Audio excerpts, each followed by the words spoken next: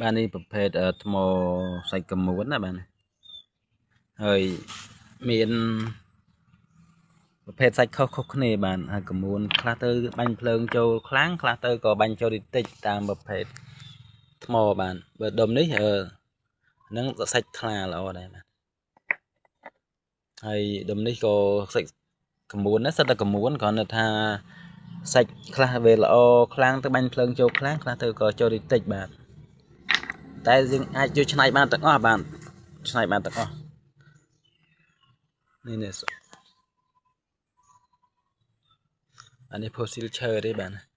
សាច់កមួនណាឈើនេះ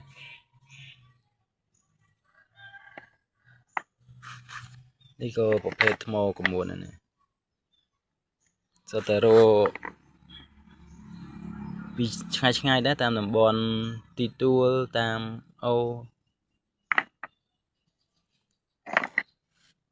ហើយដុំនេះសាច់មានកាយ៉ៅទេណា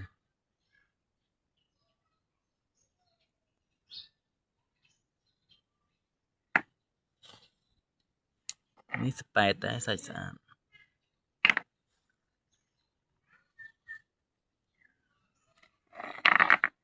នេះសាច់អែមចង់សសាច់នេះ